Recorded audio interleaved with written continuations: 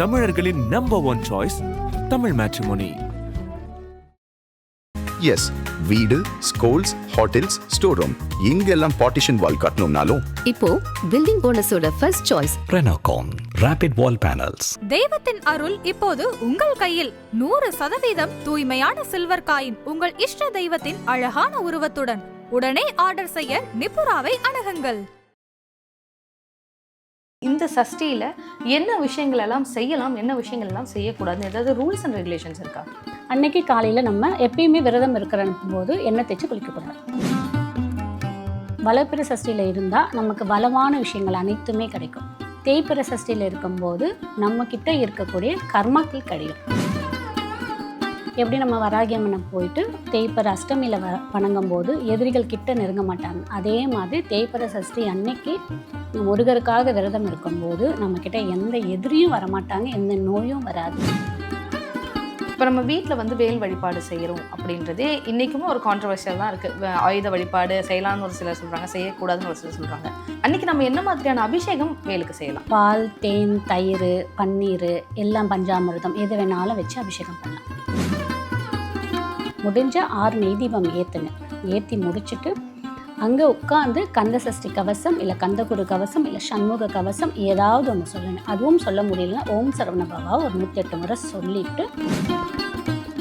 ஆதன் ஆன்மீகம் நேயர்களுக்கு அன்பு வணக்கம். தொடர்ந்து நம்மளுடைய சேனல் மூலிமா மக்களுக்கு தேவையான பல விஷயங்களை கொடுத்துருக்கோம். அந்த வகையில் இன்றைக்கி நம்ம யாரை சந்திக்க போகிறோம் அப்படின்னு பார்த்தீங்கன்னா ஜோதிடர் கஜலட்சுமி மேம்.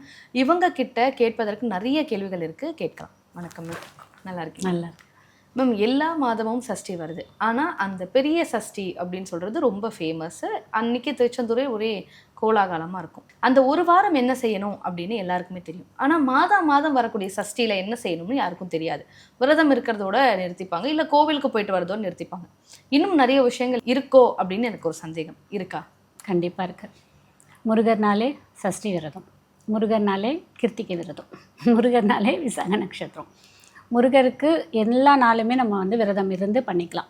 பர்டிகுலராக இந்த சஷ்டிக்கு ஏன் அப்படின்னா, அசுரனை அடித்து நம்மளுடைய மனசில் இருக்கக்கூடிய எல்லா துரோகம், பாவம் எல்லாம் இருக்கக்கூடிய கெட்டதை அழிக்கக்கூடிய நாளாக தான் சஷ்டியாக சொல்லப்படுது. நமக்குள்ளே இருக்கக்கூடிய அசுரனை அழிக்கும் நாள் தான் சஷ்டியாக சொல்லப்படுது. இப்போ சஷ்டிக்கு எவ்வளோ ஒரு முக்கியத்துவம் அப்படின்னும்போது, நம்மளுடைய வாழ்நாள் கர்மாக்களை அழிக்கக்கூடியதும் சஷ்டிக்கு முக்கியத்துவம் ஜாஸ்தி இருக்குது. ஸோ அப்போ மாதம் வரக்கூடிய சஷ்டி, அதுலேயும் 2 முறை வருது நமக்கு. வளர் சஷ்டி, தேய்பிறை சஷ்டி. இதில் 2 விஷயமும் இருக்குது. வளர்பிறை சஷ்டியில் இருந்தால் நமக்கு வளமான விஷயங்கள் அனைத்துமே கிடைக்கும். தேய்பிறை சஷ்டியில் இருக்கும்போது நம்மக்கிட்ட இருக்கக்கூடிய கர்மாக்கள் கழியும். நோயாகட்டும், கடனாகட்டும், எதிரிகளாகட்டும், வீண் வம்பு பிரச்சனை எது இருந்தாலும் அதை கழியறதுக்கானது தேய்பிறை சஷ்டி. எப்படி நம்ம வராகியம்மனை போயிட்டு தேய்பிறை அஷ்டமியில் வணங்கும் போது எதிரிகள் கிட்ட நெருங்க மாட்டாங்க, அதே மாதிரி தேய்பிறை சஷ்டி அன்னைக்கு முருகருக்காக விரதம் இருக்கும்போது நம்மக்கிட்ட எந்த எதிரியும் வரமாட்டாங்க, எந்த நோயும் வராது, எந்த கஷ்டங்களும் வராதுன்றது சொல்லப்பட மிகப்பெரிய உண்மை. ஓகே, இதெல்லாம் நான் நிறைய பின்பற்றிட்டுருக்கேன். மாதத்தில் வரக்கூடிய 2 சஷ்டியுமே நான் விரதம் இருப்பேன். ஓகே மேம், இந்த சஷ்டியில் என்ன விஷயங்கள் எல்லாம் செய்யலாம், என்ன விஷயங்கள் எல்லாம் செய்யக்கூடாதுன்னு ஏதாவது ரூல்ஸ் அண்ட் ரெகுலேஷன்ஸ் இருக்கா? சாமியை பொறுத்த வரைக்கும் ரூல்ஸ் அப்படின்றது கிடையாது. நம்மளுடைய மனசுக்கு ஒரு கட்டுப்பாடு. ஆமாம், நம்ம என்ன பண்ணணுமோ அதை பண்ணலாம். அவங்கவுங்க முன்னோர்கள் அவங்களுடைய ஃபேமிலியை ஒன்று பின்பற்றிட்டு வருவாங்க, அதை ஃபாலோ பண்ணுறவங்க பண்ணுங்கள். அப்படி இல்லை நீங்கள் புதுசாக எடுத்துக்கிறீங்க அப்படின்னா சில விஷயத்த மட்டும் ஃபாலோ பண்ணிக்கங்க. அதெல்லாம் என்ன?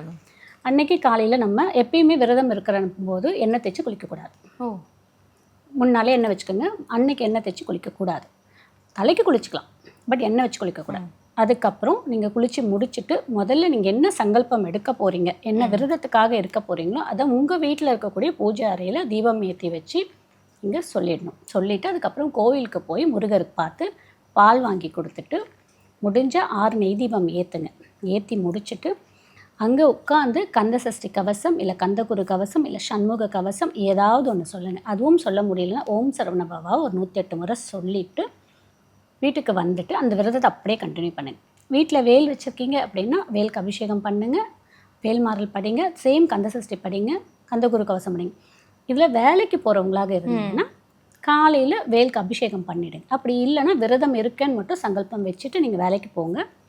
உங்களால் உண்ணாமல் இருக்க முடியும் அப்படின்னா இருங்க, இல்லை பாலும் பழம் எடுத்துக்கோங்க. அப்படியும் இல்லைன்னா அன்றைக்கி நான்வெஜ் மட்டும் சாப்பிடாமல் சுத்தமாக இருந்துட்டு நீங்கள் ஒரு வேளை மட்டும் உணவை தவிர்த்து, ஏன்னா வேலைக்கு போகிறாங்க, படிக்கிறவங்க இருப்பாங்க, காலேஜ் போகிறவங்க இருப்பாங்க, ஒரு வேளையாவது உணவை தவிர்த்துட்டு ஈவினிங் 6 மணிக்கு மேலே வந்து வேலுக்கு அபிஷேகம் பண்ணிவிட்டு, இன்கேஸ் வேல் வைக்கலை அப்படின்னா முருகருக்கு செவ்வாழைப்பழம் கண்டிப்பாக வைக்கணும் அன்னைக்கு. ஆமாம், சக்கோண கோலம் கண்டிப்பாக போடணும். சக்கோண கோலம் எல்லா நாளுமே முருகருக்கு ஸ்பெஷல் போடலாம்.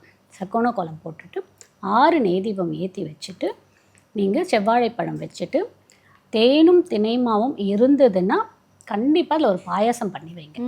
இல்லை ஏதாவது ஒரு களி மாதிரி கிளறி வச்சுட்டு, இல்லை வறுத்துட்டு லட்டு மாதிரி பிடிச்சி கூட வச்சுட்டு நீங்கள் நெய் தீபம் ஏற்றி வச்சு கந்தசஷ்டி கவசம், கந்தகுரு கவசம், வேல்மாறல், பஞ்சாமிர்தம், இல்லை இது எதுவுமே எனக்கு தெரியலன்னா ஓம் சரவணபவ இதை சொல்லிவிட்டு உங்களோட சங்கல்பம் வைங்க. கண்டிப்பாக நம்மளுடைய முருகப்பெருமாள் எல்லாமே செஞ்சு கொடுக்கும். ஷட்கோண கோலம் அப்படின்னு சொன்னீங்க. நிறைய பேருக்கு அதுலேயே ஒரு சந்தேகம் இருக்குது. பூஜை அறையில் தான் போடணுமா, இல்லை நம்ம வேல் வைக்கிற இடத்துல தான் போடணுமா, இல்லை வாசலில் போடணுமா அப்படின்னு நிறைய பேருக்கு நிறைய சந்தேகம் இருக்குது. வாசலில் போடக்கூடாதுன்னு சிலர் சொல்கிறாங்க, சிலர் வாசலில் போட்டால் தான் முருகர் உள்ளே வருவார் அப்படின்னு சொல்கிறாங்க. இதில் எது மேம் உண்மை? வாசலில் போடக்கூடாது, ஏன்னா மிதிக்கக்கூடாது. நீங்கள் பூஜை அறையில் போட்டுக்கோங்க. அப்படி இல்லைன்னா நீங்கள் முருகர் ஃபோட்டோக்கு முன்னாடி வேல் வச்சுருக்கீங்கன்னா அங்கே போட்டுக்கோங்க. அங்கே போட்டுட்டு ஏற்றுறது தான் சிறந்ததாக இருக்கும். Okay ma'am. இப்போ நம்ம வீட்டில் வந்து வேல் வழிபாடு செய்கிறோம் அப்படின்றதே இன்றைக்குமே ஒரு கான்ட்ரவர்ஷியல் தான் இருக்குது. ஆயுத வழிபாடு செய்யலான்னு ஒரு சிலர் சொல்கிறாங்க, செய்யக்கூடாதுன்னு ஒரு சிலர் சொல்கிறாங்க. அன்றைக்கி நம்ம என்ன மாதிரியான அபிஷேகம் வேலுக்கு செய்யலாம்? நம்மளோட வசதிக்கு ஏற்ப பால், தேன், தயிர், பன்னீர், எல்லாம் பஞ்சாமிர்தம் எது வேணாலும் வச்சு அபிஷேகம் பண்ணலாம்.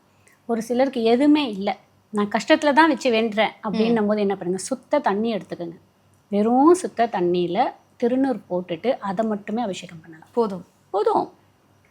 முருகர் அங்கே என்ன கேட்குறாரு, உங்களுடைய சுத்தமான மனசை ஒரு நிமிடம் நீங்கள் அவரை மனசார நினச்சி அப்பா முருகா அப்படின்னு சொல்லி கண்டிப்பாக நீங்கள் வைக்கிற வேண்டுதல் செஞ்சு கொடுப்பார். இது எல்லாமே நம்மளுடைய மனசு திருப்திக்கு தான் நம்ம அவருக்கு செய்கிறது. இந்த வேல் அபிஷேகம் பண்ணுறது, பிரசாதம் வைக்கிறது, விரதம் இருக்கிறது. விரதம் வந்து ஏன் இருக்கணும் அப்படின்னு நான் சொல்கிறேன்னா, விரதம் முருகர் சொன்னாரா, அதுவும் ஒரு கான்ட்ரவர்சி வருவாங்க. முருகர் சொன்னாரா, இவங்க சொன்னாங்களா, அவங்க சொன்னாங்களான்னு. விரதம் இருக்கிறது நம்ம வைக்கக்கூடிய வேண்டுதல் ஒரு கோட்பாட்டுக்குள்ளே இருக்கும். நம்ம அதையே திரும்ப திரும்ப நினச்சிட்ருப்போம், நம்மளுடைய கர்ம வினை குறையும். அந்த ஒரு காரணத்துக்காக தான் விரதம் இருக்க சொல்கிறது. விரதம் இருக்க முடியாதவங்க விரதம் இருக்காதீங்க, ஒருவேளை உணவை எடுத்துகிட்டு விரதம் இருங்க. பட் முருகர் வந்து சொன்னாரா அப்படின்ற கான்ட்ரவர்சிக்குள்ளே நான் வரலை. பட் நான் இப்படி தான் ஃபாலோ பண்ணிட்டேன். Okay ma'am. மேம், விளக்கு வைக்கணும், 6 விளக்கு வைக்கணும் அப்படின்னு நீங்கள் சொன்னீங்க. 6 விளக்குலேயே வந்து சிலர் கேட்பாங்க, அன்றைக்கி நான் வெற்றிலை தீபம் ஏற்றலாமா? சிலர் நான் பார்த்தேன் கோதுமை தீபம்லாம் ஏற்றுறாங்க, ஒரு தட்டில் கோதுமை தோரம்பருப்பு தீபம் ஏற்றுறாங்க. இந்த மாதிரியான வகைகள் எதனால்? தீபம் பொதுவானது, ஏன் இந்த வகைகள்? இதில் ஏதாவது நம்ம ஸ்பெஷலாக செய்கிறோன்னும் போது நமக்கு அருள் இன்னும் 2 மடங்காக கிடைக்குமா? இல்லை, இந்த வெத்தலை தீபம் எனக்கு அதில் உடன்பாடு கிடையாது. கோதுமை தீபம் அது சூரிய பகவானுக்கு ஏற்றுறது. தோரம்பருப்பு தீபம் அதுலேயுமே எனக்கு உடன்பாடு கிடையாது. நான் என்ன சொல்கிறேன், ஒரு தானியத்தை வேஸ்ட் பண்ணாதீங்க. அந்த தானியத்தை இல்லாதவங்களுக்கு தானமாக கொடுங்க. விரதம் இருக்கிறது உங்களுடைய சங்கல்பம் வச்சுட்டு உங்களால் முடிஞ்சதை நீங்கள் முருகருக்கு நீங்கள் செஞ்சுட்டு ஒருத்தருக்காக தானம் கொடுங்க. அப்போ தான் நீங்கள் வைக்கக்கூடிய விரதமாகட்டும் வேண்டுதலாகட்டும் நிறைவேறும். அந்த தோரம்பருப்பை பரப்பிட்டு அதில் தீபம் ஏற்றுறதுக்கு பதிலாக அந்த 100 கிராம் தோரம்பருப்பை இல்லாதவங்களுக்கு தானம் கொடுங்க. அவங்க சமைச்சு சாப்பிட்டுட்டு போவாங்க. நீங்கள் முழு நாள் இருந்த விரதம் அங்கே போகும். அதே வெத்தலையை வாங்கி ஒரு 10 ரூபா வெத்தலையை வாங்கி கூட 2 பாக்கை வச்சு வெத்தலை பாக்கு போடுற தாத்தா பாட்டிங்களை கொடுத்துட்டு போங்க. சந்தோஷமாக அதை போட்டுட்டு உங்களை வாழ்த்திட்டு போவாங்க. அதை விட்டு வெத்தலையை வச்சுட்டு தீபம் ஏற்றுறது. செவ்வாய்க்கிழமை திருப்பூர் ஒரு கோவிலுக்கு போனேன். கோவில் உள்ளேயே வெத்தலை தீபம் விற்கிறாங்க. 100 ரூபா ஒரு பிளேட்டுன்னு சொல்லிட்டு 6 தீபம் வெத்தலை வச்சு விற்கிறாங்க. இதுக்கு முன்னாடியெல்லாம் இல்லையே. போயிருக்கேன் நான் சமீபத்தில் தானே எல்லாமே ட்ரெண்ட் ஆகுது. நான் அதுக்கு முன்னாடி போயிருக்கேன், அந்த மாதிரி ஒரு இது பார்த்ததே கிடையாது. இப்போ நான் இந்த டியூஸ்டே போனேன், பார்த்தீங்கன்னா வெத்தலை தீபம். எனக்கு என்ன சொல்கிறதுன்னு தெரியல. நான் 6 நெய் தீபம் மட்டும் ஏற்றிட்டு கொடிமரத்தை சுற்றி வந்துட்டு சாமி பார்த்துட்டு வந்துட்டேன். ஸோ அது மாதிரி பொருட்களை, சாப்பிடக்கூடிய பொருட்களை வீணாக்காதீங்க. அது இல்லாதவங்களுக்கு கொடுத்தா தானம் முழுமையாகும். Okay ma'am. சிலர் வந்து சஷ்டி அப்படின்னாலே, எனக்கு தெரிஞ்ச ஒருத்தவங்க என்ன பண்ணுவாங்கன்னா, சஷ்டி அப்படின்னாலே கிளம்பி திருத்தணி போயிடுவாங்க. திருத்தணியில் அன்றைக்கி முருகனை பார்த்தா தான் எனக்கு அந்த நாள் வந்து நல்லா இருக்கும் அப்படின்னு சொல்லிட்டு. ஆனால் என்னால் திருத்தணி வரைக்கும் போக முடியாது. நான் வீட்டில் இருந்தே வழிபாடு செய்யலாமா, இல்லை பக்கத்தில் இருக்க முருகன் கோவிலுக்கு போகலாமா அப்படின்னு நிறைய பேருக்கு சில டவுட்ஸ் இருக்கும். இதுக்கான கிளாரிஃபிகேஷனை கொடுத்துருங்க. கண்டிப்பாக முருகர் எங்கே நினச்சாலும் கொடுப்பாரு. ஆனால் எப்பயுமே பாரம்பரியமாக ரொம்ப நாள் இருக்கக்கூடிய முருகர் கோயிலுக்கு போங்க. இங்கே பக்கத்தில் இருக்கீங்கன்னா நம்ம பாரிஸில் இருக்கக்கூடிய கந்தசாமி கோவிலுக்கு போகலாம். நீங்கள் இதில் இருக்கீங்க பெசநகர் திருவான்மியூர் கிட்ட இருக்கீங்கன்னா பாம்பன் கோயில் போகலாம். சில கோயில் இப்போ நீங்கள் என்எஸ்சி போஸ்ட் ரோட்டில் இருக்கீங்கன்னா அங்கே கந்தக்கோட்டம் இருக்குது, அங்கே போகலாம். புஷ்வாக்கம் சைடில் இருக்கீங்கன்னா கந்தசாமி கோயில் இருக்குது. அந்த மாதிரி பாரம்பரிய கோயில் என்ன இருக்கோ அங்கே போகலாம். முருகர் கோயில் எங்கே வேணாலும் போகலாம். நம்மளுடைய மனசு தான். ஆறுபட முருகரையுமே நீங்கள் ஒரு முருகர் கோயிலில் போய் ஆறுபட முருகரையுமே மனசில் நினைங்க, கண்டிப்பாக நமக்கு விஷுவலைஸ் ஆவார். கண்டிப்பாக இதெல்லாம் நான் நிறைய விஷயத்தில் உணர்ந்திருக்க விஷயமும். ஆனால் இந்த சஷ்டி விரதம் இருக்காங்க பார்த்தீங்கன்னா, வளர்ப்பிற சஷ்டியில் இருக்கிறவங்க வந்து குழந்தைக்காகவும் வேலைக்காகவும் திருமணத்துக்காகவும் இருக்கலாம். கண்டிப்பாக இருக்கலாம். கண்டிப்பாக முருகன் நடத்தி கொடுப்பார். இதை எப்போ ஆரம்பிக்கலாம் அப்படின்னா, பெரிய சஷ்டி வருது பார்த்தீங்கன்னா, பெரிய சஷ்டி முடிஞ்சு ஆக்சுவலாக பெரிய சஷ்டி அன்னைக்கு இது இருக்கு நாங்கள் யாரும் இருந்தது இல்லைன்னு சொல்கிறவங்க பெரிய சஷ்டி அன்னைக்கு ஆரம்பிச்சிருங்க. ஆரம்பிச்சுட்டு மாதம் மாதம் வரக்கூடிய வளர் சஷ்டியில் இருங்க. ஒன்று தேய்பிறை சஷ்டிலையும் இருங்க.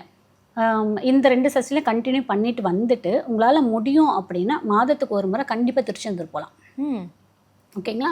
இல்லை சுவாமி மலைக்கு போகலாம். இந்த 2 கோவிலுக்குமே சஷ்டிக்கு போயிட்டு வந்து ரொம்ப ரொம்ப விசேஷமாக இருக்கும். பழனிக்கும் போகலாம். பட் பழனிக்கு நம்மளால் விரதம் இருந்து கீழேருந்து மேலே போயிட்டு வர்றது கொஞ்சம் கஷ்டமாக இருக்கும். அதனால் இந்த 2 இடத்துக்கு போகிறது இருந்தால் போகலாம். போயிட்டு பழனியில் ஸ்பெஷலாக சஷ்டி அன்னைக்கு பூஜையும் நடக்கும். மதியம் 1 மணிக்கு போனீங்கன்னா சஷ்டி அன்னைக்கு ஸ்பெஷல் பூஜையும் நடக்கும். அதெல்லாம் வந்து முன்னாடியே நம்ம புக் பண்ணிட்டு போனால் தான் பார்க்கறதுக்கு ரொம்ப வசதியாக இருக்கும். ஸோ அந்த மாதிரி பிளான் பண்ணிவிட்டு பண்ணுங்கள். கண்டிப்பாக எண்ணிய செயல். நீங்கள் 6 மாதம் 6 சஷ்டி நீங்கள் எண்ணி முடிக்கிறதுக்குள்ள கண்டிப்பாக முருகன் நமக்கு நடத்தி கொடுப்பார். உங்களுக்கு குழந்தை வேணுமா, உங்களுக்கு குழந்தையா வந்து பிறப்பார். கல்யாணம் நடக்குமா, 6 மாதத்தில் உங்களுக்கு ஒரு நல்ல மாப்பிள்ளையை அமைச்சு கொடுப்பார். மற்ற எந்த வேண்டுதல் இருந்தாலும் கண்டிப்பாக நிறைவேற்றி கொடுப்பார்.